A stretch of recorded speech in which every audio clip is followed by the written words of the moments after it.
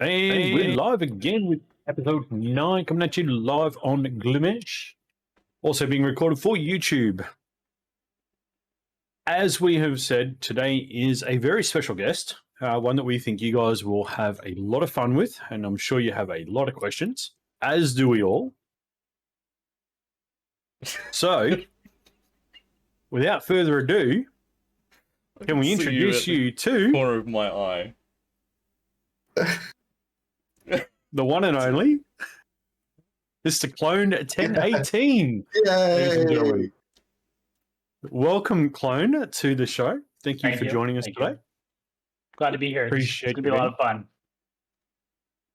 I can see you at the corner of my eye. Yeah, you finally... as soon as we started, you were like, ooh. You started typing. I'm like, it's going to type something in chat. I just know it. Going with all the suspense, so it's great. Oh God, it's me. So we have been trying to get this man on the show for a while, and obviously with how busy he's been with certain things with Glimesh, it's been a bit hard to, but we've snagged him for an hour at least. So try to. Yeah.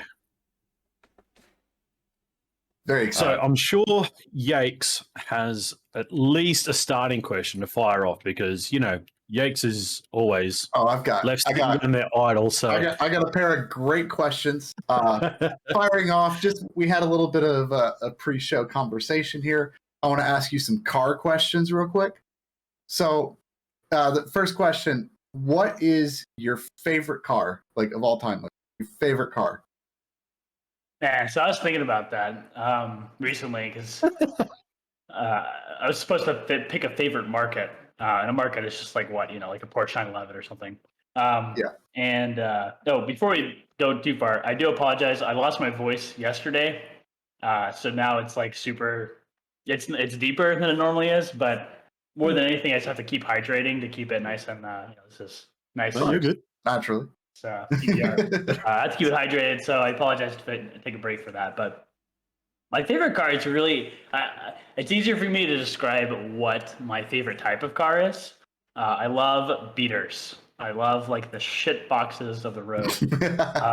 And I'll give you two examples. My first car was, I think, one of my favorite cars that I ever had. I think it's top. Maybe top two. I can't decide the one. But it was a Mazda. It was a 1993 actually. Mazda B2200, which was a truck. So it was like a mini truck, a Mazda mini truck. Yeah. And they were so flipping cool. Like it was small, it was simple. Like, you could count the number of parts on one hand that it had. Super reliable, super carbureted and everything. But that truck was great because you could just like blast through a corner and like feel like you were gonna die, but then it was fun at the same time. So I love that. So I love like mini trucks. That's a lot of fun. And then I also really like the Toyota Land Cruiser. So that's become my new Ooh, like there you go. Now when I say Land Cruiser, the Aussies got a way better version of the Land Cruiser that's been withheld for us. It's been withheld for years. We are not graced with its presence. It's a real truck. But I love the Land Cruisers. They're all great. Big, rugged, 4-wheel drive. You can drive cross country and invade countries, no problem. Oh, awesome. So that's my long-winded answer. I can't there you pick go. one. All right. So question number 2 to follow that up. Is there a car out there, any car out there that you've never had the pleasure to sit behind the wheel and just drive for a little bit that you would just love the chance to just get behind the wheel and drive? I'd love to know. So I'd really love to know what a GTR feels like. I've driven a McLaren 600 something before on a racetrack, and it was really fun. But it felt almost like it felt too delicate. It felt like you couldn't take that one on the street because you'd be worried about every single scratch and pothole. Right. But the GTR, the Nissan GTR. It's not really that expensive. Like, I would never buy it. I could never afford a car like that. But it's got a super fast engine, dual clutch transmission. It's super fast. It's got launch control and everything. But you're not like because it's not. It's I think they go for about 120. To get a used one, which is totally expensive. But on the other hand, like if you're going to pick a supercar, that you can take around the street and not worry about it. I think I'd want to try the GTR because I want to see if it feels right. If it feels like a good car to drive. It's not manual, which would suck, but What? Yeah. not many fast cars are anymore. Yeah. No, I'm right there with no. you. I think a GTR would be awesome to drive. I'd love to Every see what it's car like. needs to be Because manual. people, yeah. Sorry, but I agree with you, but guess what? You can with launch control on the automatic and the dual clutch transmission, you can go from 0 to 60 faster than you could on a manual. Oh, And easy. you got your pedal Oh, shifter, so you can stick it in gear for a corner. Yeah. yeah, I guess. I get where you're coming from, though. I really enjoy manuals. Like my only automatic cars are my boring cars. I've got 2 manuals that are fun. Not very fast. Nice. None of my cars are fast. Well, so I Let's have just got a reiterate question. to chat. Hang on. That's Let's right, just yeah, you're reiterate right, chat. Paul. If you do have questions, fire them into chat as well, Yes, and we'll try and cover them as best we can. yes, Anyway, within reason. speed. Yeah, no, I'm just like, I mean, everyone gets asked this question. Where did the name clone come from? On the name Clone? Yeah. I don't know exactly. I've kind of deciphered over the years. So like, there's part of my memory that's just like missing, I guess. And when I came up with clone1018, the 1018 is my birthday, October 18th, easy. But the clone part, I think I was like 10 or 11 or something. So I was relatively young. And I know I had a PS2 and I'd seen the Star Wars movies. And my current favorite game was the Star Wars Battlefront 2 on the PS2, which was like, I didn't have any other kind of FPS adventures, but that game was the bomb to me. And so I think I really like the Clone Troopers a lot. And so I think Clone came from the Clone Troopers in Star Wars. And then 1018, of course, like, clones can have names, right? And they can't be unique individuals, they have to be clones. So Clone 1018, there you go. Fair enough. Nice. Right. That's actually really, really in depth. Actually, for a name, that's pretty cool. That's what I think. Like, I don't know. I could have just been sitting there trying to create a Hotmail email and been like, okay, Luke, taken. Okay, well, Luke Strickland, taken. Okay, Luke fucker 33. Oh, that. And then settle with clone. But this is great. I think that You guys are going to get the raw clone today. Honestly, it's purely raw. There's no scripted to this at all. Well, I can cuss because there's a mature tag, so I'm good. Well, That's right. Yeah, I mean, it's always been there. So. And you're awesome. Like, you're definitely gonna cuss anyway. Or something. So a burning question from someone in the community, namely our mod, Glimesh. Why Glimesh? What was the driving force behind the name Glimesh? What was? So I don't really have a strong connection to it, or like some meaning, but like behind the scenes of what makes it make sense. I think when I started this, the hardest thing that you can ever do is come up with a name. And trying to find a good name for a streaming platform was very difficult. You think about like trying to name it things like, live, TV, or, you're trying to figure out like words you can use to kind of like add in to make a name, and where you can using real words. That way it's some kind of memorable name, like YouTube. YouTube is one of the best names we've ever come up with because it's like you're on the TV, it's you on the tube, right? It's perfect. Yeah. It's literally the best name, and it's memorable. 2 words, super easy to Google. It's totally perfect. And unfortunately, I think every name like that, 2 words, easy to remember, perfectly understandable, they're gone. Like, companies have already picked them. They've already named their product that. There's nothing left for us normal folk out here. So I have a document like 300 names in it, and wow, they're just names like I use from like randomizers, brainstorming. I sat down with Christoph and we like whiteboarded out things. And what we would do is for each name that like sounded interesting, we'd check to see if The .com was available, the .tv was available, the Twitter, Facebook, Instagram, all the social network platforms, and we wanted to Google it to make sure there wasn't some giant pornography collection with the same name. So that was the criteria, and unfortunately, it seems like Glimesh is the only name left that met that criteria. And then as soon as we realized it had all those available, we wrote it down. Like we actually, I have a paper saved where we hand wrote it, and it felt good. Like it kind of blended in nice. It was easy to pronounce, but mispronounceable. So we bought some alternative domain names as well. That's how we landed on it. It made sense. It didn't have any particular negative connotation. It wasn't a cuss word in any language that we knew of. And the Twitter, the YouTube, the Facebook were all available, so we could use it. I have heard stories of people mispronouncing Glimesh as Gilgamesh. Glimesh is my no, Gilgamesh is the best one I've heard. Right? That gets me on a internal level. Squeamish, Glimesh. What the fuck? What was that?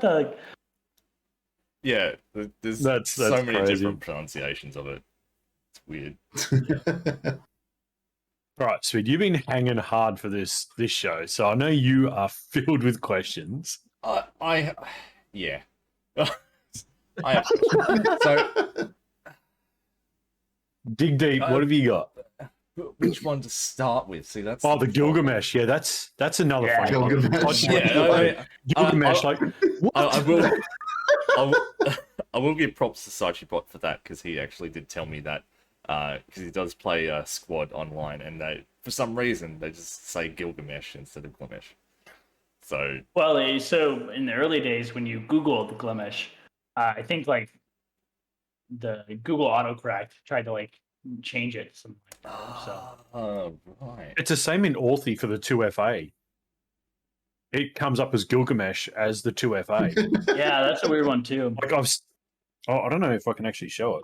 I've seen the bug report. I think it's what we figured out is if you Google image search Glimesh. I don't know if it will show up. The blue screen. No, you're not smart. It comes up. It's got some weird Arabic writing in Gilgamesh, and it's hey, it gives my 2FA code. It works. Yeah. Hope it's the right side. Well, the good news is I just did an image search, and I am not seeing Gilgamesh anywhere on Google Images, which is that's good. the problem. Is they took it from the first time one person used it back when we were brand new, and they saved that fucking image. And now every image is Glimesh related, but they won't use the image. It makes me so angry. That's annoying. That's funny. All right. So, Glimesh has been live for just over a year now. How do you feel about the current state of the platform? I'm excited. I think right now there's a lot of analogies we could use, but it feels like we've been spending the last year building up the foundation of the company, of the product, and even starting to build the storefront and being fully ready to serve customers and be ready to go. It feels like right now is kind of that. It's like the egg's hatching, right? The egg was growing and building, and now the egg's ready to crack, and the little chicken's ready to burst out. And so I think I'm super excited. I think it's been a hard year. I had more expectations of ways that things would go. I know other people's had their own expectations of way things would go. But I think right now we're on a good path. I think we've kind of level set out a little bit. Hey, this is going to take time. We're gonna grow. We're gonna build. It's going to take some time. But now it's kind of that inflection point where we're launching the mobile app here soon. We're going to start investing in advertising just as much as we can, and hopefully we can really start to grow the concurrent user base. That way, there's always people to watch. There's always streams going on, and then it should kind of continue to help itself grow after that. Yeah, that's how I feel. Interesting. I'm going to take this question away from you, Lord. I'm sorry. With go for it, bud. With the current closure of Altair, are you worried that that may happen to Glimesh as well. No, not in the same way anyway. Yeah. Altair, is interesting because they proceeded they wanted to do streaming right. They wanted to build a really good streaming platform, very traditionally. Like they wanted to build a streaming platform of the future, right? Something that was very respectful towards its content creators, but they wanted to do it in the business fashion of a very traditional business, like taking investor funding, paying employees salary that are brand new, and ultimately, like they shut down because of that. Like it was very expensive to pay 9 people a salary. Yeah. And so they ran out of runway within a very year. New platform, yeah. Yeah, so we wouldn't have that problem because we don't pay any salary. Like, for better or worse, you don't get paid anything to be here. So what we want to do is we want to bootstrap the company, and we want to kind of like baby it along. It'll take longer, but we want to baby it along so we can really build up some wealth, some knowledge, some infrastructure. And then once we're making $20,000 a month, $30,000 a month, whatever it is, it'll make sense to actually bring on someone. Yeah. And we'll be paying that person with money from the site, not money from investors. And so that money from the site's recurring. So it's going to come back every month. It may drip and change and whatever, but it'll be more sustainable. So I don't think we would never shut down like that. I mean, that would be a much harder thing to get into. So that would be if we started to grow too fast and we couldn't afford it. Yeah. So Glimesh is more heading along the lines of natural growth, more than trying to inject something into it to make it grow faster than it normally would. Yeah, for better or worse, right? That's going to be our approach right now. I think Altair scared me, like from a competitive standpoint. I think they're a great platform, and as a team, I did some researching recently on the team, and they all seem to be very, very competent people, and that scared the shit out of me because if they would have been given more money, like they would have produced a platform that would have been better than anything we built. Just because, like that's if you have $1 billion ready to go, like pay people to build it because you're going to be able to do it in a particular vision with a particular speed, with a particular quality, way faster. But there's tons of negatives to that because if you're taking that funding, if you're taking that investment, like you're no longer delivering to the customers. You're trying to deliver, a return back to the investor. So on that, have you possibly reached out to any of those people working on? I was just about to ask that because in the yeah. statement from Altair, because they said they'll be paid for 3 months from what was already there at the closure. So have they, is that an option that Glimesh should look at, and maybe reaching out to them and maybe trying to get been like, a little bit of help from them in such a way to try and help with coding and stuff? Yeah, you want to come over here and give us a helping hand a little bit here and there? Yeah, I definitely thought about that. I'm not sure how appropriate it is. I think I think it's not like a wrong thing to do. It's certainly nice, but it's also not the same thing. Like if we were reaching out to them and we had open paying positions available to them, then absolutely. Like we'd say, hey, like I'd probably hire the whole team if I could, because I think that they had the right team to make things work. But since we'd be asking them to come I want to get Glimesh in front of them. I want them to know about us, and then if they're interested in that, then yeah, let's do it. But I don't want to come onto them and ask them because I don't want to kind of set that expectation that this would be similar to what you. And I guess that's the other thing is like I don't want this is very fresh to them, very raw, very new. Like imagine shutting down something you've been working on for a year. Like that hurts a lot, and and losing your job at the same time, effectively, right? Now, they're getting paid for 3 months, and that's great. And I think that's more than most startups should ever do. But at the end of the day, you're still losing your job. It's like this is a very raw thing too. So I haven't really done. So it. you wouldn't be in a position to approach them, but you wouldn't be in a position to sort of reject them if they came to you and said, "Hey, look, we just want to fill in some time for a month or so. Can we help out?" You'd be completely open to that. Yeah, I mean, I even thought because their product designer was like, as far as I know, he had like the whole thing designed, and Glimesh really doesn't have a strong design at the moment, a strong design thought behind it. And so it'd be great if, like, in an ideal world, if we could kind of help build ourselves with what Altair left behind, but at the same time, it's kind of balancing that out. Yeah.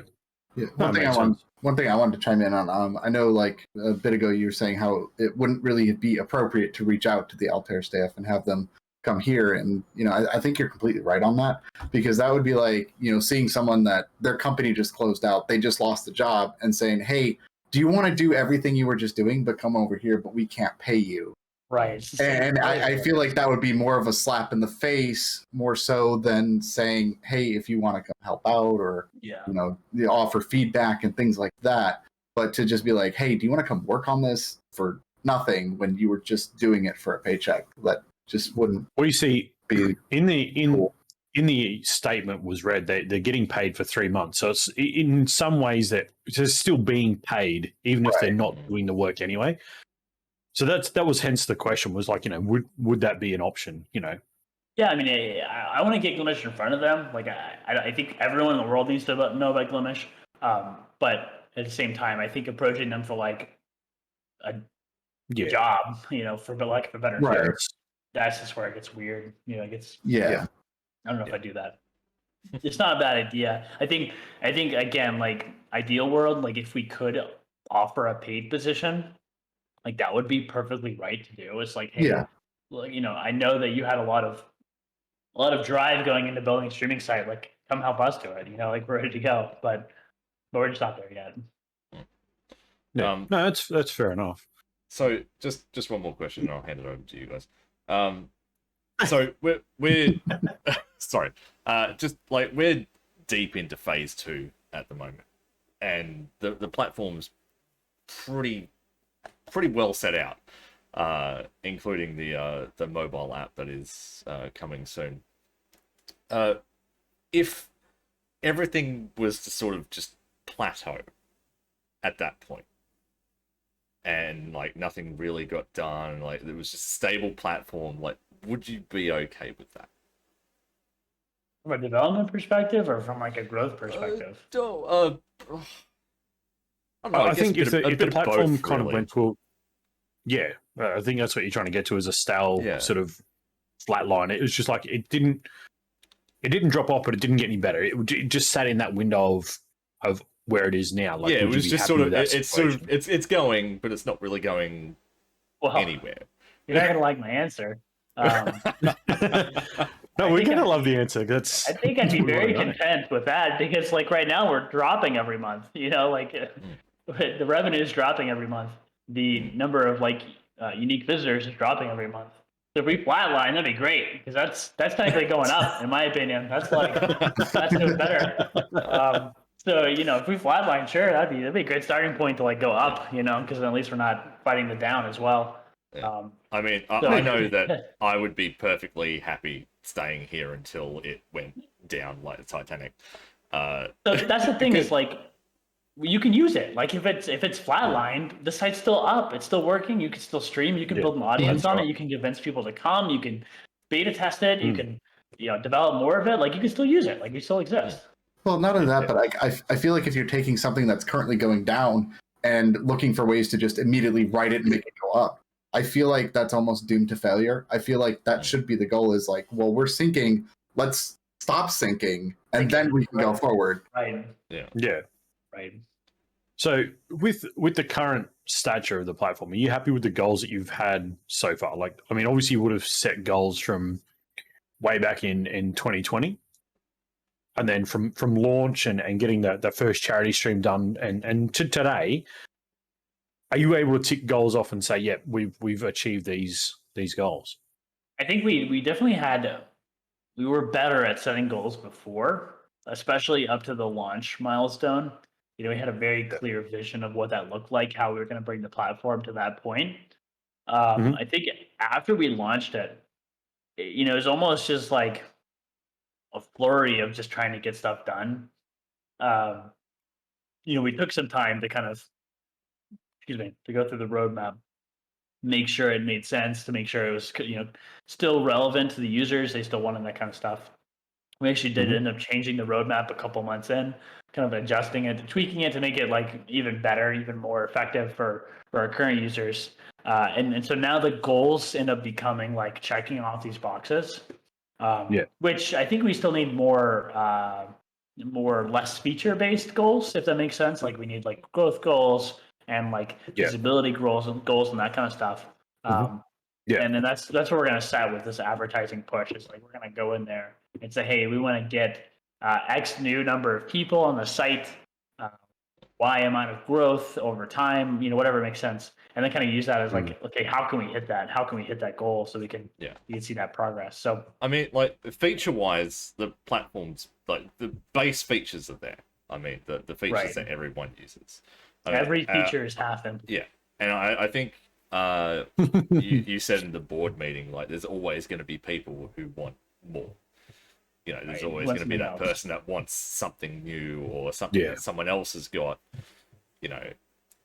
That's one thing that I have noticed. I mean, it's even like looking at the Glimesh Discord and suggestions that a lot of those features are features that other platforms have got, but they want those platforms over here so they can sort of transition over. It's like, why? I don't like Twitch, but give me Twitch features. Yeah, it's like you can just stay where you are if you want those features, because we're not going to do it the same way over here. It's going to be different. It's going to be unique. It's going to be the Glimesh way. Yeah. I think to that point, one of the things I see us starting to do in the future, especially, is starting to migrate away from like this whole idea of just like we've never been a Twitch clone, but I think at the end of the day, we're going to try to continue to drive as far away from that as possible. Twitch has grown a lot. It's very large as a platform now, but it's still only a small ecosystem of what I think live video content or live content could be.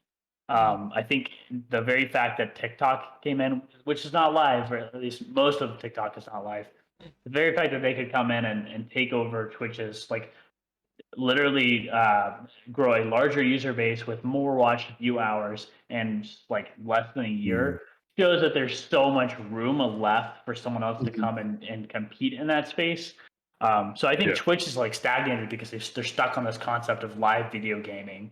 And so I think where Glimesh is going to go is hopefully to a place where people stop drawing the line between us. Like it'll still be live streaming, so it'll still be pretty gray. But hopefully we start to build features and tools that you've never seen on Twitch, right? The things that make us completely unique to what we're doing here. Yeah, nice. Yeah, I definitely think there's definitely potential here. Because I mean, like, if you look at like Twitch, its overall ecosystem, like it's very much up at the top. There's so much in the middle that is just ignored and left behind. You've got streamers that spend hours over there and maybe have a handful of people a week that even say hello. It's very lonely. It's very empty feeling for a large majority of the users over on that platform. And that's where I feel like a platform like Glimesh can step in and be like, hey, we're tight knit. We'll bring you in and kind of give you something that you can look forward to. Even when Mixer was at its height, where it was really prior to the injection of Ninja and that and Shroud, when it was really sort of gaining traction, like there were people on Twitch that were like, "What's Mixer? I don't know." Like I don't like There's always room to grow, for sure. Yeah. I mean, there were even like Xbox ambassadors streaming on Twitch that had no idea what Mixer was. Like, how do you not know? That's crazy. So another question I got for you. So you said something a little bit before about revenue. What, like, would you be considerable? Like, if a streamer came to you and said, "Hey, look, I've signed up for my sub button, but I want to flip the payout. I want to do 60% to Glimesh and 40% to myself." Would that be an option that Glimesh would look at? I think we definitely talked about like another word for that feature is customizable sub splits, which I think we have tracked somewhere. I think it's not like I don't know if we're against that, but I do know that it certainly makes accounting harder. We have to make sure we track the numbers very precisely. right now, one of the nice things is we can kind of just assume what the cut's going to be. Yep. I do think though that I think there's probably other options there as well for like letting a channel funnel more of its revenue towards us. Yeah.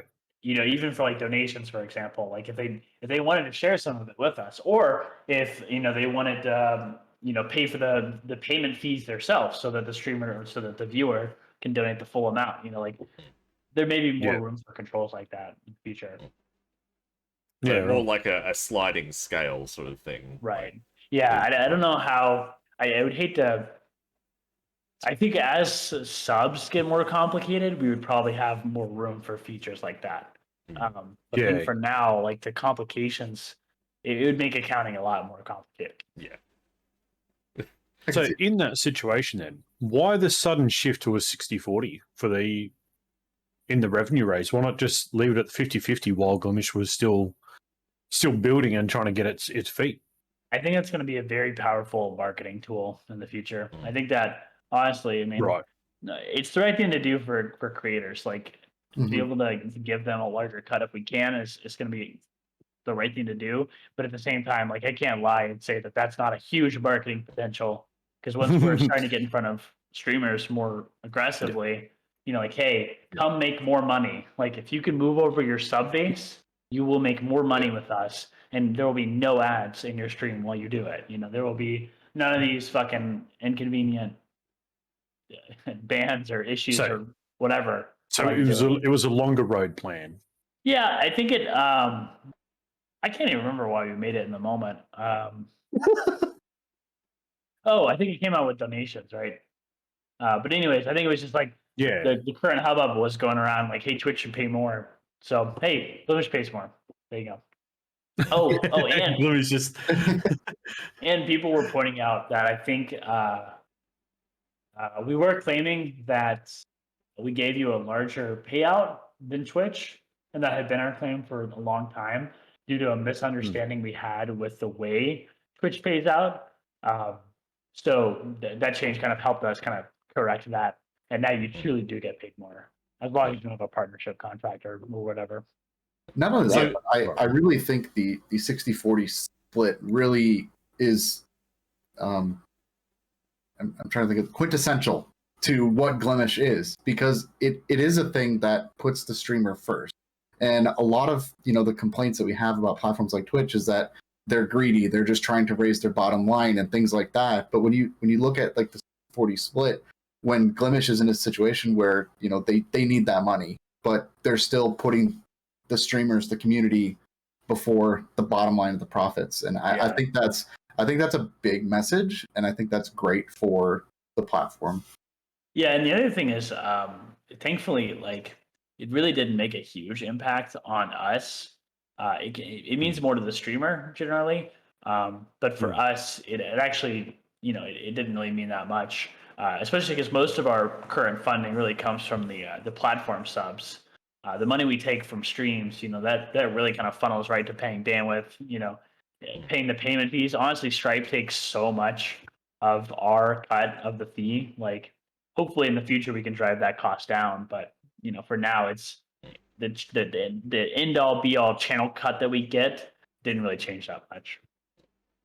Okay. So with the 60-40 split, how would you envision partnerships working in the future if partnerships were to become a thing? I don't know. So I don't think we'll ever do unnecessary. What's the politically correct word? Like unnecessary stardom or something like that. Like, I don't know if we'll ever have partnership as Twitch has it. I think we'll do. You would never pay to stream. You'd never pay people to stream on the platform. I mean, mark my words, but we'll never pay you to stream. Like, we're here as a platform. You can stream on it. Your income cap is unlimited. The amount of audience you can bring in and have donate and subscribe to you is how much money you can make. That's it. On the other hand, as far as partnerships go, I think there's really no reason to give people special privileges. I think Hmm. what we would probably do in the future, though, is offer, you know, there's not. We need to figure out a better word for it, but like brand partnerships or something, which So would let us I mean, work closer with your streaming brand to market so you our could do platform. like one-time sponsorships kind of thing. I would say more like, we know that Sainted Lord streams great content, and he streams, every Tuesday, Thursday, and Friday from 2 p.m. to 6 p.m. Yeah. So since we know that, like, we can use that to effectively market better. Like, hey, if you want to watch, circle racing, you can come check out Yakes every night from 8 p.m. to 12. It's like that's kind of what we'd be more shooting for is like, hey, so let's send some more viewers to your channel, but in return, we need to use your likeness in advertising.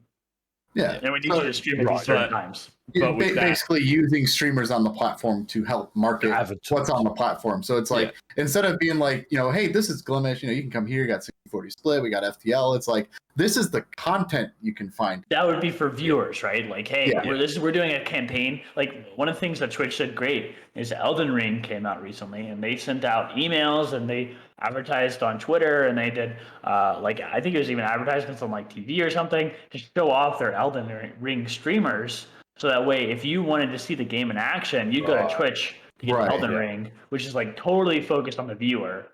Things like that. That's a great idea. I'm all for that idea, utilizing the streamers of the platform to sort of subtly advertise the platform. But does that delve into the favoritism category? Like, will people get shitty about it and be like, oh, you picked that person? I think people are going to get shitty no matter what, aren't they? I mean, we've seen them get shitty because, you're only doing 60/40 because, this and that. I mean, people are just looking for some way to be negative on it, I guess. I mean, using streamers on your platform to advertise is a smart move in theory. I would look at it more like the way we do our event applications. We don't turn down events that are within our application guidelines. So if you have the right type of content available, you give us a certain amount of time of notice. You say you're going to be on. It's not for any nefarious purposes. Like, we approve your event. And so I think we'd probably do something more like that. I think. Where people would put their name forward to sort of be the face of Glimesh for a short period of time. Right. It would be challenging. Not everyone can connect with an audience in the same way.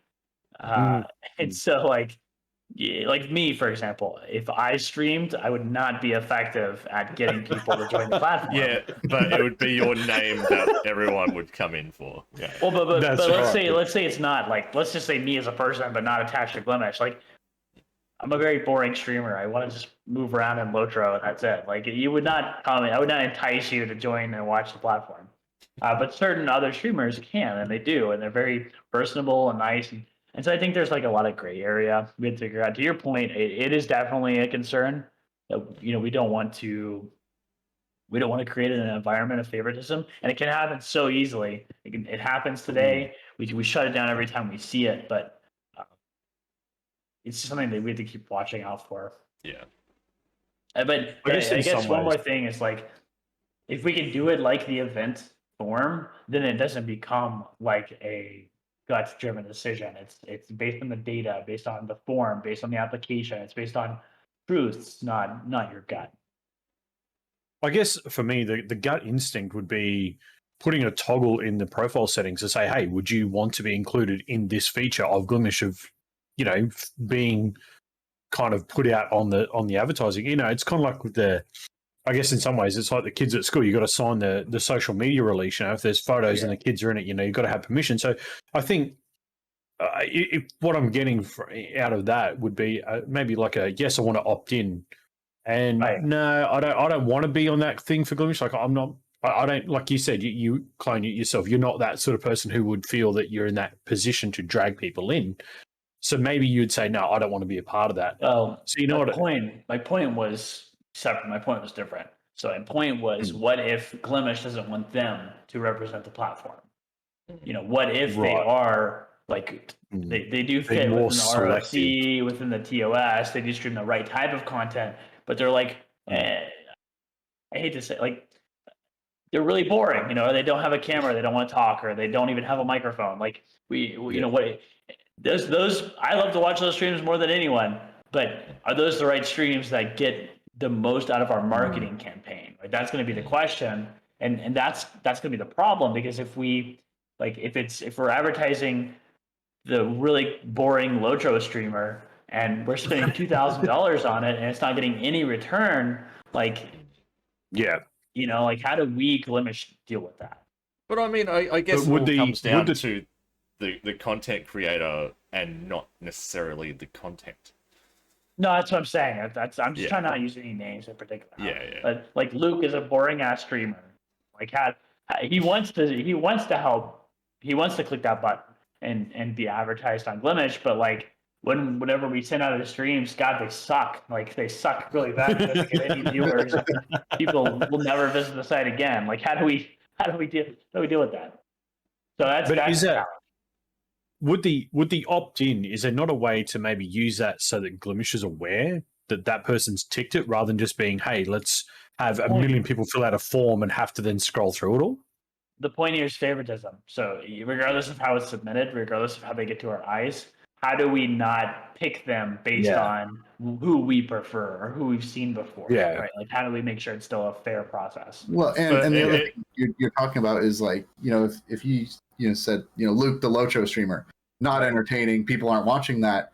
But if you have like, let's say you have a team of, people looking at each review, who's to say like, two people really like this stream and they want to advertise this, and the other two people, they hate it.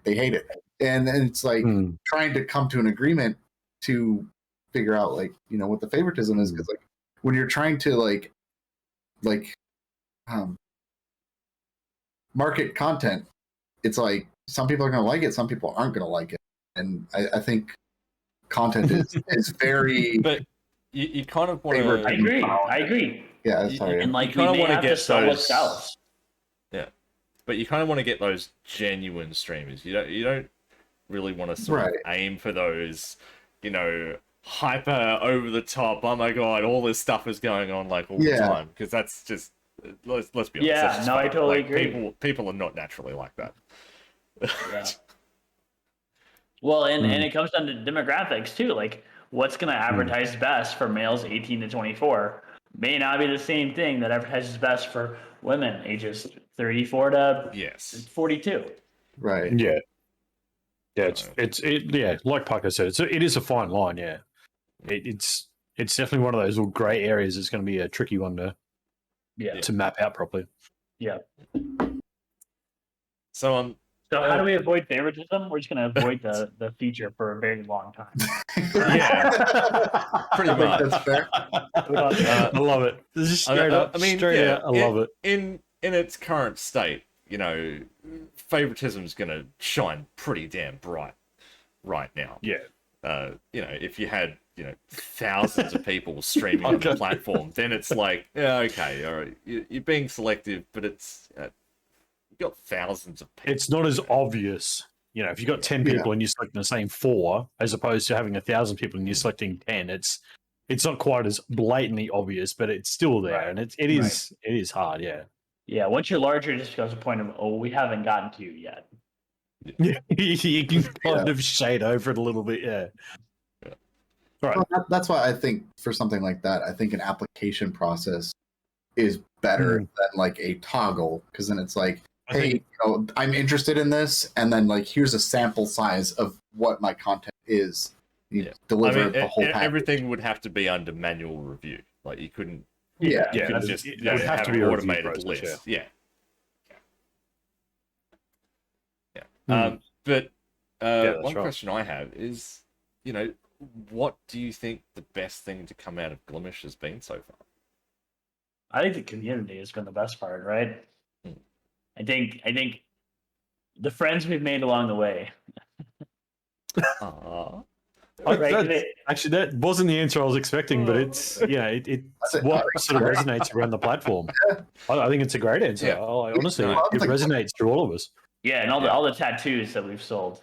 We're gonna collect royalties for showing the Glimesh logo on your shoulder now, so we'll be making money after this. Well, I may not have that tattoo, but I try to put a Glimesh logo on all my race cars. So There you go. There's some merch. You get temporary tattoos with the Glimesh logo. That's not a bad idea. Permanent tattoos. Why is it temporary? Why temporary? Why wash that shit off? I mean, people may want to change it up every now and then. I don't know. Yeah, I always joke that Paco has the logo and the word Glimesh under it on his arm. Yeah. In here, yeah. And I always made the joke that we're going to change the name just to or just update the logo and just make it a little bit different. Yeah, just to really stir it up. Flip it the other way. Invert it. Yeah, flip it the other way around. just change the core colors around. Has anyone in chat got any questions for Clone? Be it like about him personally, be it about Glimesh? Oh, I got any questions. I got another one. You don't need to put your hand up. You're a host of the show. You're not Clone, what is the best chip? Sir, can I best chip? Please? Best chip. Is this European UK chip or is this US chip? Chips, like US chips, snack chips. Best chip. So crisps is what you're talking about, yeah, right? Crisps? No, chips. No, sorry, no. You're just confusing me, man. Stop it. I don't know. I think Lay's potato chips, the regular old Lay's, those are the best. Okay. It's like I think it's not quite a flavor thing at that point. It's also like memories and like life experiences that like lead to that answer. Yeah, I mean, it's not like a bad chip. I just don't know, like a barbecue. No. Sour cream and onion. No. Like, I think the thing is when you get to like flavored chips, I feel like they're like situational. Like barbecue chips really only go together with certain foods. You can't just like grab a bag of barbecue chips and snack on them. Yeah. Whereas like plain potato chips, you can just munch on with everything. You know. So we also have a brand called Utz here. It's like semi-local to the Eastern board, and they're like good because they're like homemade or like smaller plants, whatever the fuck. But at the same time, it's like part of what I love about Lay's is like that manufactured like butter potato, like yeah. It just feels like you're eating something unnatural. Yeah, especially with like a burger and like a Coca-Cola. Like I hate soda. I do not drink soda, but like a burger, a Coca-Cola, and potato chips. Holy shit, I'm set. Like, this summer day, that's perfect. He was eating pizza at the start of the show. He was eating pizza at the start of the show, mind you guys. Yeah, well, I had to. All right, so quickly, pineapple on pizza. Yeah, pineapple on pizza is delicious. No, sorry, delicious. no. It is literally absolutely the flavor combination of. Well, can we get a timeout there for Paco, please?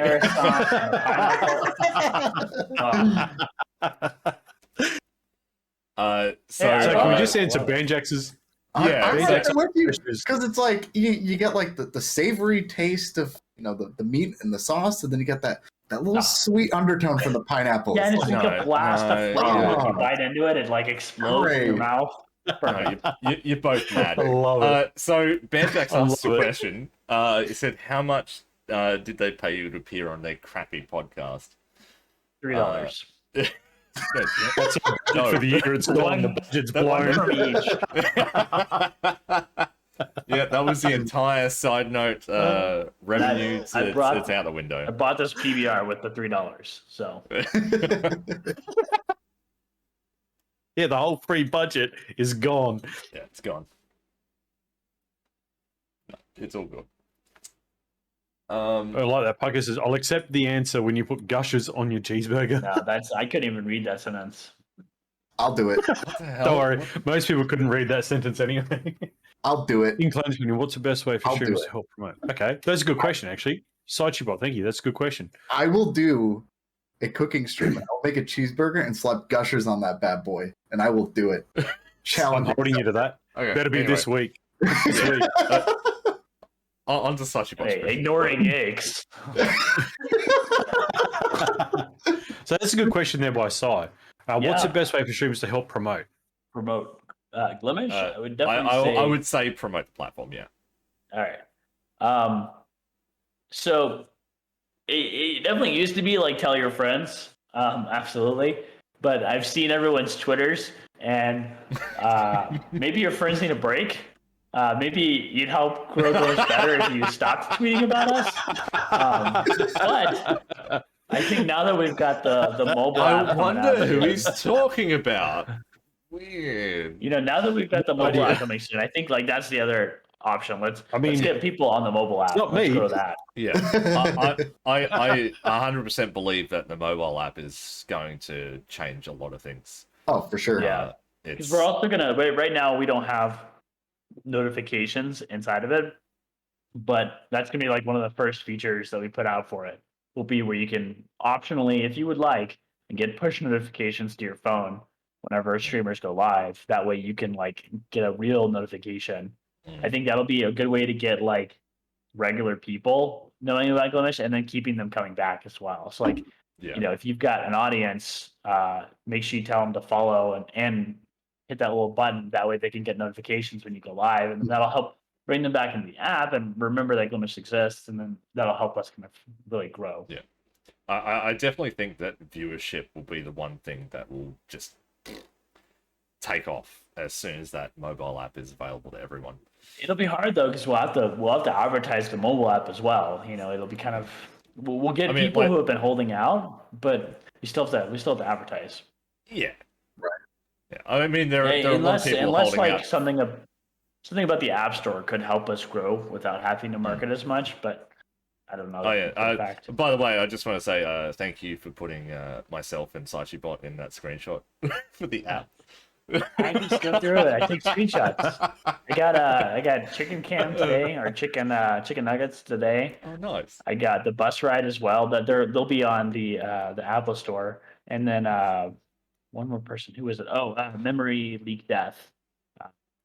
Nice. And Mytho, and so then all of them will be on the Apple like scroll thing as well. So whoever's there, I take screenshots and then I keep moving. Cool. Thank you. No favoritism. I just hit that button. There we go. No favoritism at all, people. It's all good. So other highly anticipated things are gift subs and Rtmp. How are they sort of cruising along? So Rtmp is if really you want good to talk state. about it. Yeah. Rtmp is a really good state. The problem is I haven't any time to work on it personally. We got it to a point where we're doing 24-hour streams with it, doing like the movies kind of over and over again, and it was really, really good. Like, it was really fast. It was really good at handling packet loss. It wasn't handling like huge packet loss because we don't have any kind of buffer yet. So it kind of performs like the FTL if you've got too much packet loss, but it does work really well. We have to implement thumbnails, so just to be able to take screenshots, save those, and then we have to implement the metadata, which is knowing what bitrate you're at, what resolution you're streaming at, and they keep you track of that, sending that to the servers, and then it's kind of ready to be tested. So that's really the blocker, is just time, and then finish those two features, and then people can start testing it. Yeah, I guess Rtmp is one of those things that, like, I see it all the time. Like, people are just craving Rtmp for some bizarre reason. And there's also I think this is another like marketing unlock that we'll have. As soon as we can enable Rtmp, we will have no lack of streamers, because then streaming to Glimesh just becomes restreaming. Just plop in the URL in your restream or in your Aircast or whatever you have, for better or worse, right? Like, we'll suddenly have a bunch of streamers live on the platform. Not really paying attention to Glimesh, but at the same time, for a viewer, that's a very good experience, because now you come in and you see, hey, like, there's tons of streamers live, and that helps to kind of start navigate away from this like dangerous idea that Glimesh is dead, because that's the thing that's killing us is people think we're dead, so we're dead, right? Because people think it is so. Whereas if we can start to have all of those streamers on, even if they're just like mindlessly restreaming to us, it'll be helpful because they'll have at least the catalog to be filled up, which hopefully kind of will help. I think even then you'll still get a couple of people saying that the platform is dead. I mean, I have seen I have seen screenshots and arguments of small. Yeah, well that's it. I have seen screenshots and arguments of people saying that the platform is dead. I mean, the screenshots just show no streams available, but I mean, you could go to education tab and there's no streams available. I mean, so that could be easily manipulated to give off the wrong information. But I don't think the platform is dead. A dead platform is literally a dead platform where it doesn't exist. I mean, this is still going strong with the community that it's got. So. Oh yeah, I completely agree with you. So, I mean, just because we don't have streams going on 24/7 all the time doesn't mean the platform's dead. Yeah. No. And you can make those arguments, but. So a question based around the RTMP, and naturally the app is going to come into play here. But once the RTMP is released, Streamlabs do an app for the phones that will allow you to use a custom RTMP. That means you'll technically be able to do mobile streaming. Yeah. Will that be something that, I mean, obviously it's going to be a feature down the road, but, you know, do you see that working with the Glimesh app as well, where you'll just be able to pick it up and go live straight to your channel while you're mobile? I don't imagine us doing that until we have more developers. Like it's really nice right now to not have to maintain that side of the wall. You know, when it comes to streaming, like OBS, you know, like Streamlabs and then Glimesh. And so like I don't want to break through that wall and start to offer our own streaming software until we know we can build like a good product for it. But even then, like later on down the line, like would it be better off to keep it separate? Be like, this is the Glimesh app. And we again, though, I think redirect you to other third-party apps that allow you to do streaming and whatnot. I guess though, are there features or avenues that we'd want to go down that we'd be limited to based on what those apps can do? Because I think streaming is going to continue to evolve. What live video is, how it's produced, how it's made, like those things are going to start to change. I really think that we're coming into like.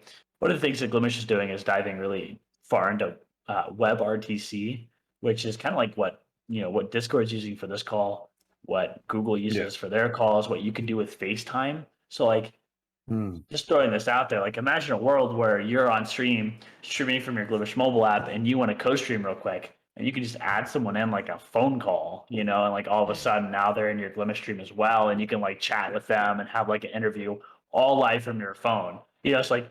We may not be able to build that experience with just Streamlabs on your phone, but if we had our own streaming software on your phone, then maybe we can do that. I'm not saying that we would build that feature, that may be crazy, but like I'm just saying we might. I agree with you. I think we're gonna like push that off forever or for a really long time because it's use another app. Like they do it better than we do, I guarantee it. But in the future, that answer may change just because we will get better at it. Yeah. Because I mean, like obviously you look at Facebook, they've got the go live button. Yeah, Twitch has got their go live button, but yeah, it's just having that. I guess, like you said, that fundamental base that works for Glimesh directly. Yeah, it's just for us though. Like we wouldn't have that button now because we'd never be able to support it. You know, we'd spend all of our time dealing with bugs. Yeah, I mean, I guess it's really in the same boat as streaming from your console. Like I know a lot of people who don't have PCs or can't stream from their mobile. That is their way to stream. Yeah. Like I understand the problems surrounding just developing an app, you know, and integrating it into a console. Yeah. Like, the consoles would be a whole thing too. Yeah. Now the one. It'd be good if. Sorry. I was gonna say the one good thing about the consoles is there may be. Generally, consoles are more based on like you have way more of like a framework to build on. whenever you're building a console app. You're not here like a website. Websites could be anything that you want. Whereas like Xbox apps are a little bit more constringent on what they can actually do. So that once we start developing those, there may be like, oh, if you want to stream to an Rtmp source using an Xbox app, just call this function, like, and if it's that simple, then we may like use something like that to allow you to easily stream from your console only. But to your point, like it does become tough if that doesn't exist. Now, on the other hand, there may be partners out there like Lightstream who we might want to work with that would be able to provide that experience without us having to do the development work. Now, it makes money a fee, but we'd pay them.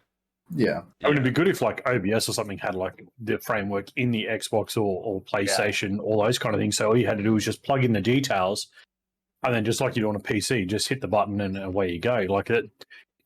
I feel that OBS and maybe Streamlabs have kind of maybe missed that boat as well. Or maybe there was too much building in the framework, as you're saying, to get that started. But that to me would be a more viable option is something like OBS saying, okay, we can't do FTL from the console, but we can do the Rtmp if you give us the link, like it would be able to set it up. So, hey, that'd be interesting.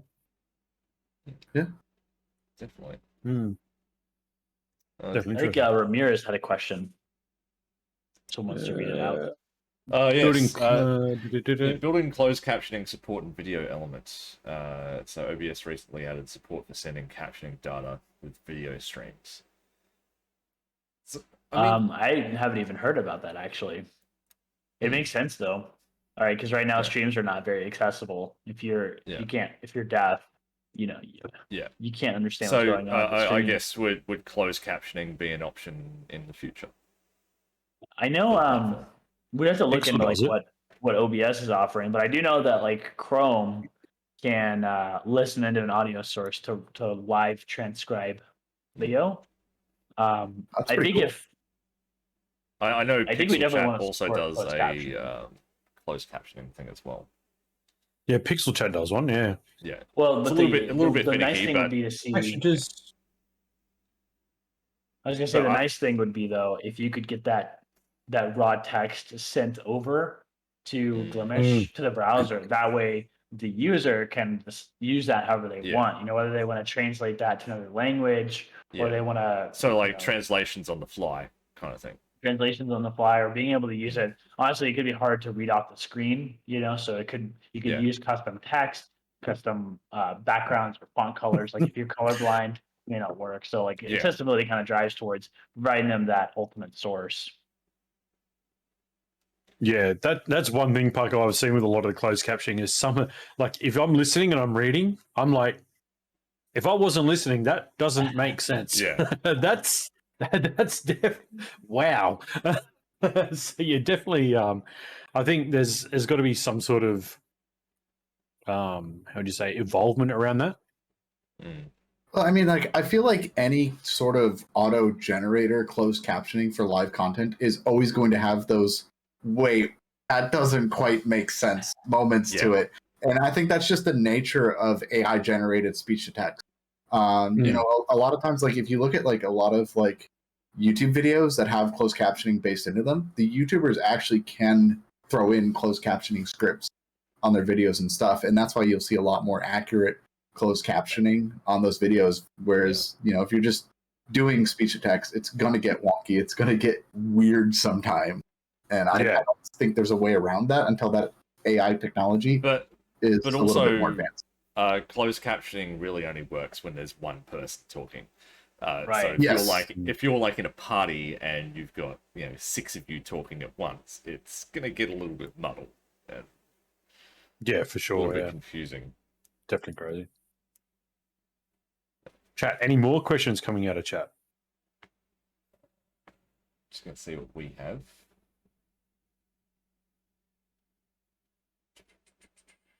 Well, I'll throw one in right now. Like, so we just passed the first birthday for Glimesh.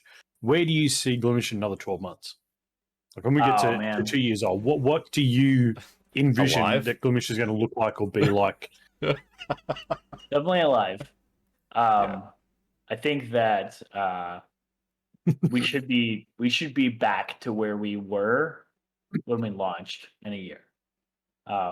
So as far as revenue goes, as far as viewership goes, that's where I want to be in a year. Now I'm not gonna say a year from this date from today. I'm still busy right now, but hopefully a year from this year we'll be in a really good place. If we can get back to where we were at growth, I don't think there's anything that's going to stop us from continuing to grow. That was a good place to be. That was a good place to be with revenue. So that's going to be my goal right now. That's where I like to see it. Anyway. I think once you once we start implementing, certain things, like once you get the low latency Rtmp, the mobile app launches, gift subs. I mean that's going to be like a large core of what people want. Yeah. And and we've already made progress with gifted subs too. Yeah, I can definitely see growth. Okay, so that's okay. Mainly in the way of the donations platform. The way donations are handled is built on what gift subs will be using as well. Yeah. Right. Okay. No, actually, speaking about that, the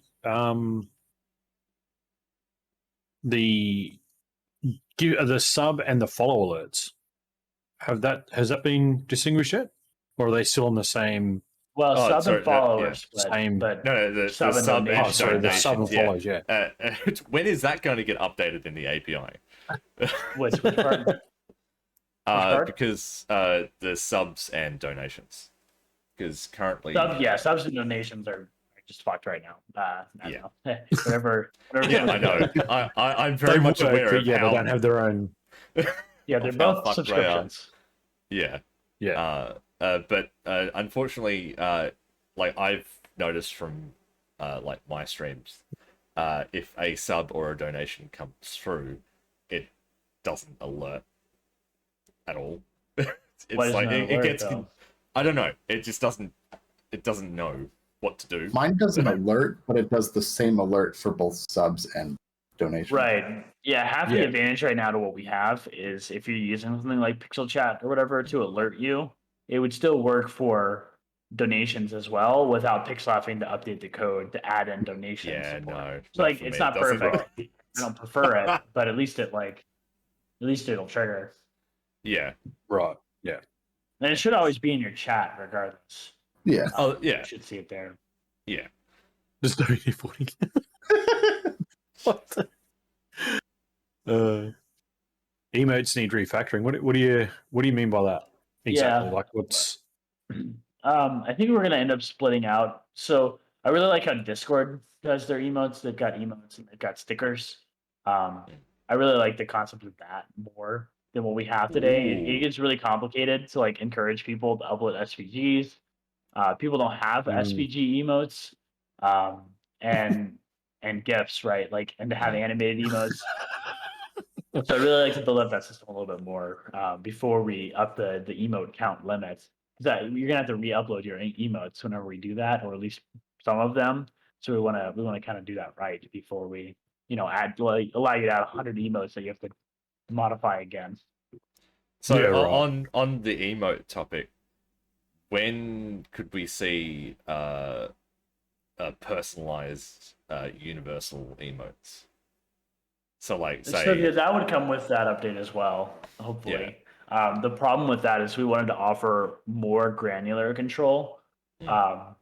Being able to use all of your emotes out in public versus being able to use some of your emotes out in public. We wanted to give the streamer kind of that control.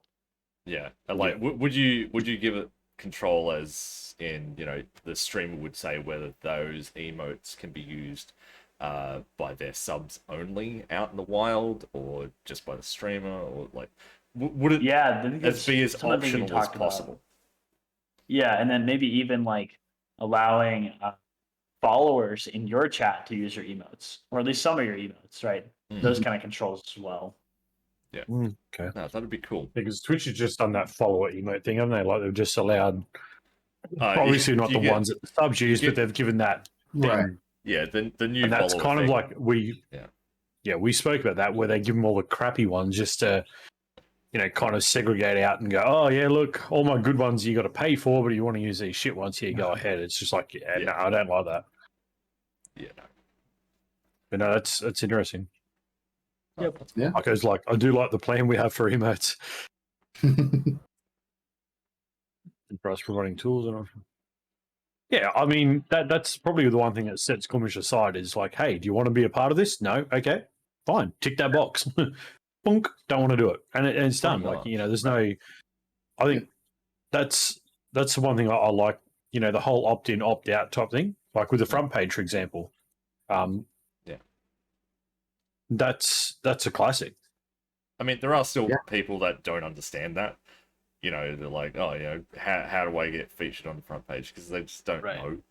And they don't know that you just literally just move a slider over. And, we try and encourage people. And I really like that anytime a new feature is added, it's always an opt-in on the new feature. It's not like, okay, we're making a change, so now you have to do everything differently now because we decided to change it. I think whenever you are ready for the feature. Right. I think, and I've always stated this from the very beginning, I think opt-in is the best thing that Glimesh could ever have. Because if you have opt-in for literally everything, like everything's customizable, that is going to set it aside from everything else. It's not, Absolutely. hey, we've got this feature, only so-and-so can use it, or, a certain number of people can use it. Like this is it. This is what you get. That's it. No, like give people the options to customize basically everything. And it can also be overwhelming, if you have every feature on by default, and you have all these buttons, all these things that you can do just on your screen. Like it could be overwhelming. You're not even used to it yet. Yeah. Like maybe you don't want to show up on the homepage yet because you're still working on your streams and you don't want to set a bad taste. Just kind of move into the features like as you feel comfortable. Like, hey, I want to get my stream set up. Okay, now let's see about getting onto the homepage. Probably about this feature and that feature, and just kind of slowly build what you want onto your channel. Yeah, like having those tools available, but being able to customize your experience, I think, is very important. Taking a response that Chloe made earlier about what was the best thing to come out of Glimesh and say in the community, I think that's exactly what breeds the community. Is they do have that depth of control over what they do experience. So I think that just kind of pushes that. Look, we are more community focused. This is what we do. This is how we do it. So I think that's that just works sort of hand in hand on that. I think the biggest thing is going to be like a streamer focused opt-in things. So like if say stream statistics became a thing and we started noting down like everything, you'd be able to choose which ones you want to see. If you only want to see like average viewers for your streams, that's all you'd see. If you want to see all the details, you'd see all of that. Right. And so on. I think that's what's... Do you want to get an email afterwards to say, your stream dead? And if you do, do you want to include stats or not? Yeah. Do you just want an email after your stream saying, good job? Right. You want to feel warm and fuzzy. Exactly. Yep, you did well today. You went live. Congratulations. Yeah. I mean, but it's simple things like that. Obviously, it's not a simple thing to implement, but it'd be those simple things that could make quite a big difference. Absolutely. I like what Paco says in the chat, having a configurable post. I actually made that suggestion in the Discord many months ago. Paco really had a great idea there. I don't think anyone's ever had that before Paco tonight. Yeah, I've never had that idea before. I don't think I think that's the first one. I still take claim on that. I'd set it on stream. And but we play favorites. It's a good idea now because Paco come up with it. Yeah. Oh, that's great. Yeah. Well, aside from the mobile app, where's phase 2 at right now? So, where's the roadmap phase 2? Yeah. So we've got a lot of features out of phase 2 ready to go. Emotes has been part of that. Getting donations out kind of has been part of that. Rtmp is a part of that, and now the mobile app. Those are definitely kind of the major keystones of the phase 2. I think once we get the mobile app out, the focus changes to, well, unfortunately, I have to start limiting my dev time. So I'm forcing myself to work on marketing. And so I think what I'm going to do is I'm going to take a week. I'm going to switch my weeks up. So 1 week will be marketing only. The next week will be dev. The week after that will be marketing only, and then dev. Just over and over again. That way, I have like a very clear focus. So I want to get the mobile app out, and then I want to focus on marketing. And I'm probably going to spend a couple of weeks on marketing in the beginning because I want to make sure we're really pushing that off. But then when it comes back to dev, I think the Rtmp, well, besides bug fixes for the app, I think Rtmp is going to be the next focus because then that'll help unlock more streamers being able to use the platform, which kind of helps towards our goals of growing, and then helps towards the goals of the mobile app where you can open the mobile app and there's always someone to watch. I think that'll be a really effective way of starting to build up that presence. And then I think I want to finish either gift subs or emotes or something similar, just to kind of like finish off the feature. So once phase 2 is done, is there a phase 3? Or is it just yeah, we'll see what that is.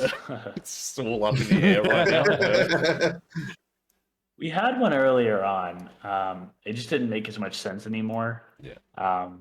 Probably what we'll get into in phase 3 is saving video and doing something with it, whether that's VODs, clips, or who knows. Banjax will not be allowed to comment on it, but whatever it happens to be, I'll probably be saving video. I guess at what point would you classify the platform as stable, like a stable release?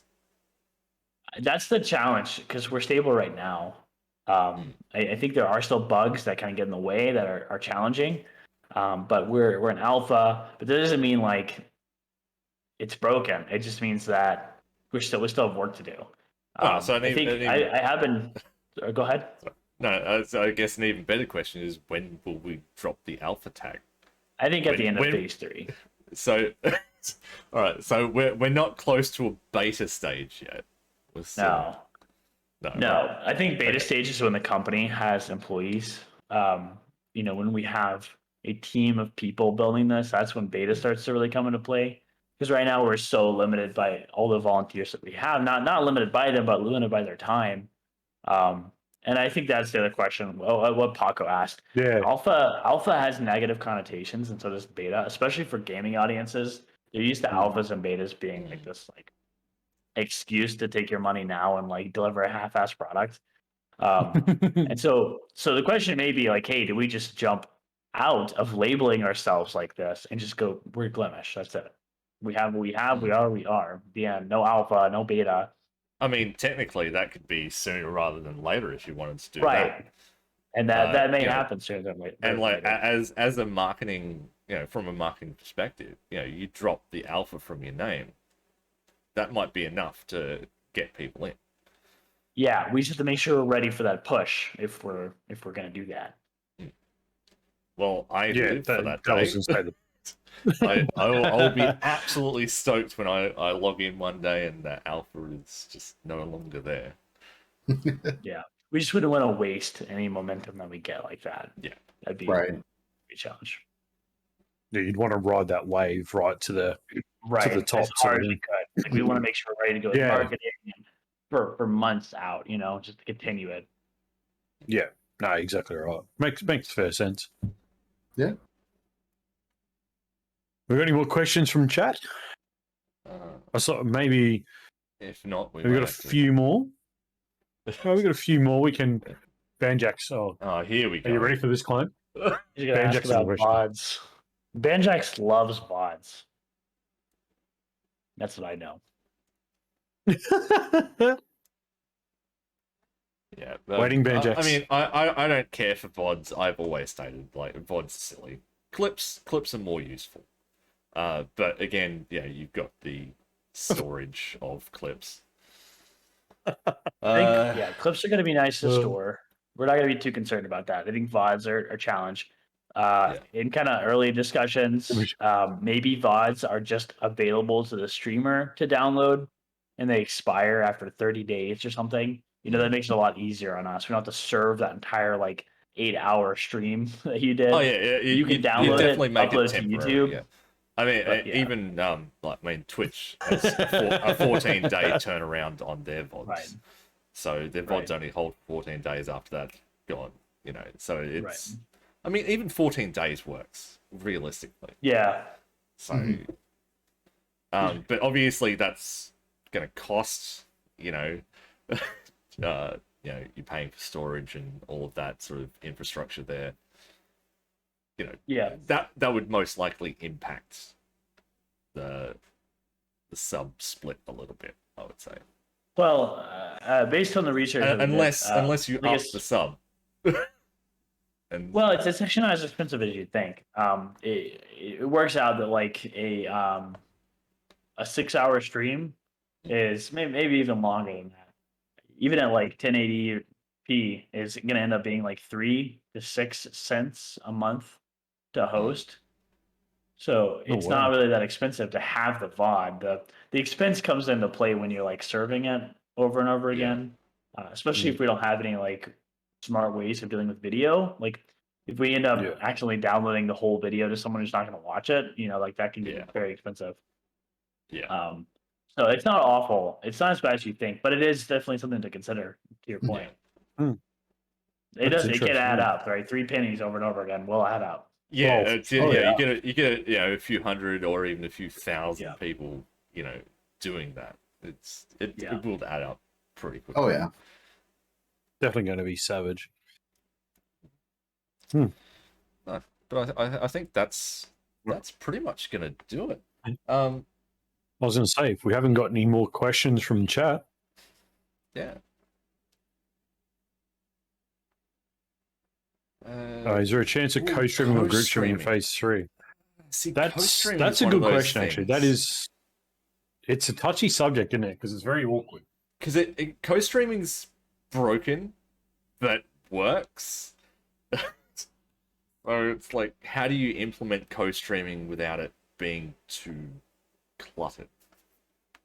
Yeah, that's definitely a challenge. I think we also have, so we've got to like figure out how the product will work, right? Like how will the users be able to use it? But I think on the tech side too, we still have to figure out how we can make the video player like portable. Right now you can't watch Glimesh streams on other sites. You can't embed it or anything. Once you can start to embed Glimesh, it becomes easier to do co-streaming, to have like 2 videos open at the same time. So, we got to figure out some technical challenges. Then we got to figure out product challenges. It's definitely possible. It could be in phase 3. We'll probably build a combination of like what we need to grow and what our users want. And hopefully those are the same things. But to your point, it's challenging. I don't know how we're going to make it work. I mean, there's a lot of ideas out there about like how it can happen. And we'll probably start by just doing something small and then working our way up. And as Ramirez just said, the biggest thing with co-streaming over on Mixer was that it just blended the chat together. I think like that should be an optional thing. If you want to blend the chat, sure. I think tabs is a good idea. Just tab between the chats. Well, and one of the interesting things we can do is, since we currently have chat bubbles that go to the left side, we could have video split, with chat in the middle or something, and then have your left stream be the bubbles on the left, and your right stream be the bubbles on the right. So I guess then, options. I guess then, would you restrict co-streaming to 2 streams? Yeah, no, I mean that's another challenge too. Like, how many streams is the co-stream? Yeah. Well, not necessarily, because if, like you're saying, you put the videos in the middle and the chat's on the outside, you can still split it 4 ways. You just have to split the chat down, so it's a smaller window. Yeah. Instead of seeing 7 or 8 messages, you'd have to see 3 or 4. I mean, it wouldn't be fantastic, but I mean, it's a doable option. I know there was a tool back for Mixer where you could actually log in to a site and it would give you all your followed streams, so you could actually see if you followed 60 people and 60 people live, you could see all their chats at the same time.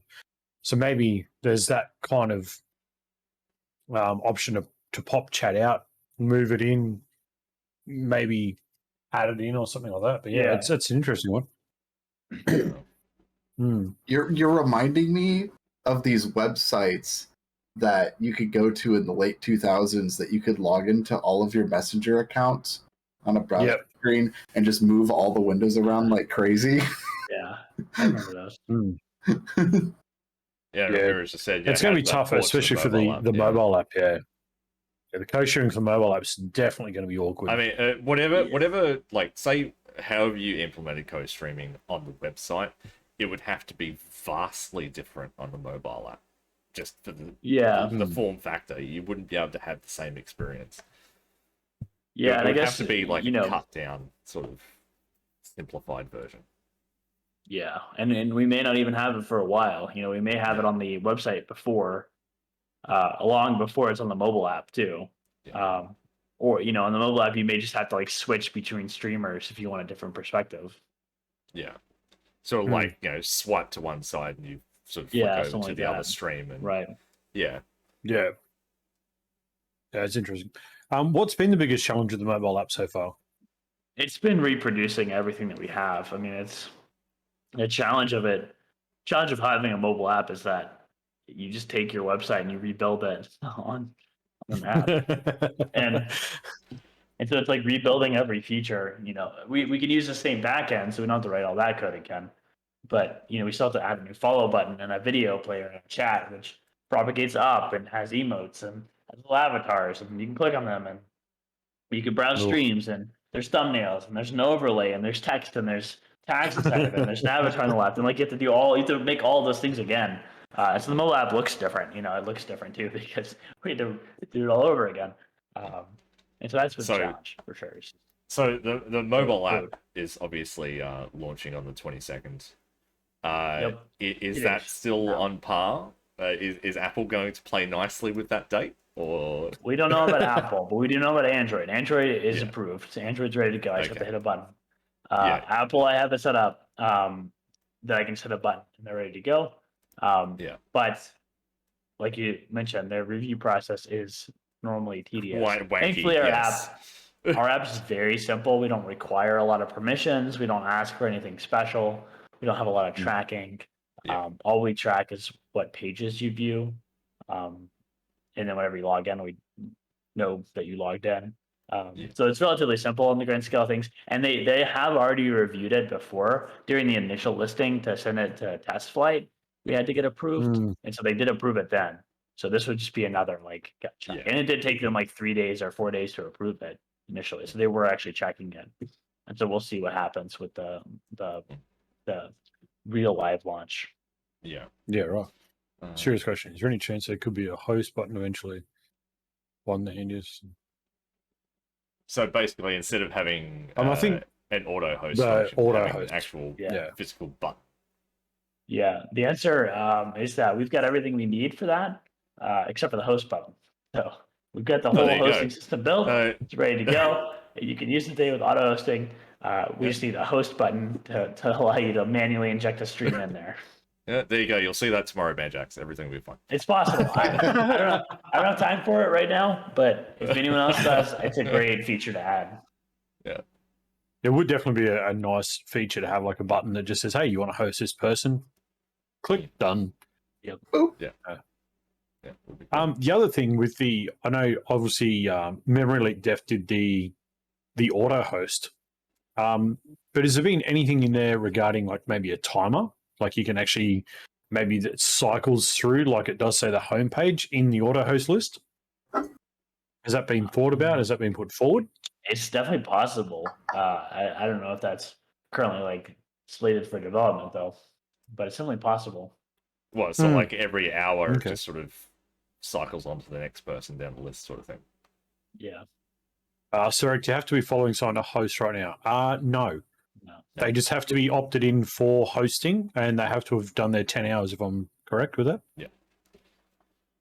Yeah, because I think you have to do 10 achieve their 10 hours. Yeah. Right. Yeah, and then they opt in. So no, you don't have to follow them. You can just put them into the list. But we're going to have to wrap this up.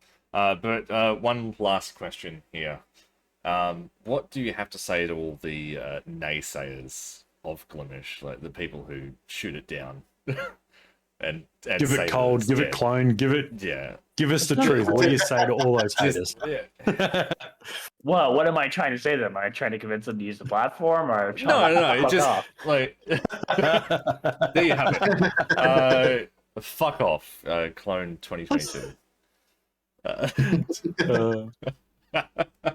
No, I mean the answer's the answer's twofold, right? Because that's the question. If I'm trying to convince them to use the platform, everyone starts somewhere, right? Like when they were growing their stream or their company or their education or whatever the hell they did in their life, like was that not a challenge? Was it not a challenge? It took a long time to build and grow and do, and you made mistakes along the way. And damn it, like sometimes people shit on you for no reason, but you still kept going anyway. Like that's what we're doing here. We're just building this thing. It's gonna take time. If it's not for you right now, check back in later. It helps to not shoot us down. You know, it helps to not have negativity about us, but it's certainly within your right to be negative about us. It's perfectly fine. If you ever have criticism that you'd like to have listened to, just come talk to us. We'll listen. We'll. Yeah, there's been many a time where people have said, "Oh, I think recently someone said Glimesh is great, except for this feature that's missing, which impacts my safety." And it was the being able to ban someone ahead of them coming to your channel. And so I was like, Yeah, oh yeah, that's actually I a good saw point. that, yeah. That's really not that hard to build. I built it in an hour and then tweeted them back the finished page, right? So like, if you've got feedback for me and it makes sense to do, like, we'll get it done. So that's the first piece. And if you're just hating to hate, then fuck off. Yeah. Parko's got it. Yeah. There you have it. Yeah, talk to Paco. There you have it. Yeah, Paco. Straight, straight from Clone himself. But I mean, if it's real, like, things- come talk. yeah. But I mean, Things even take time then, to build. They don't necessarily have to get in contact with you. They could talk to anyone you want. Basically talk to anyone on the platform, anyone who's been here for some time. You know, is fully aware of how everything works. Yeah. Yeah, I think that's another thing. It's like we are small. Everyone's small in the beginning. You know, we're just growing. We'll get there. No, for sure we will. 100%. Absolutely. That's gonna be taken out of context. I'm just gonna have a YouTube video of me saying "fuck off." Yeah, I'll be sure to clip that and I'll down. Just clip. Edit down. Don't like Glimesh. Fuck off, community. That's gonna be my new GIF on my channel. I'm just gonna clip that, GIF that. Perfect. Good. F off. I expect it to be improved too. So, all right, guys, we're going to wrap this up. Clone, thank you so much for coming on the show. Hopefully, we'll get you back on in another episode and catch up and see some more growth on the platform and some more things. Again, to chat, thank you so much for hanging out with us. Again, throwing your questions in, hearing it straight from Clone himself. It's been a fantastic show today. We will sign off and we will see you around the platform. I think Clone's about to go to bed. Yeah. Thank you, Clone. Appreciate you taking some time to stop by and hang out with us. Yeah, no problem, guys. It was great fun. Thank you for having me. No, thank you. Honestly. Thanks for Yeah, you can always do podcast next week. Well, or next time. Anyway. All right, guys. Thanks so much for hanging out. We will catch you next week. Bye. Bye for now. Bye.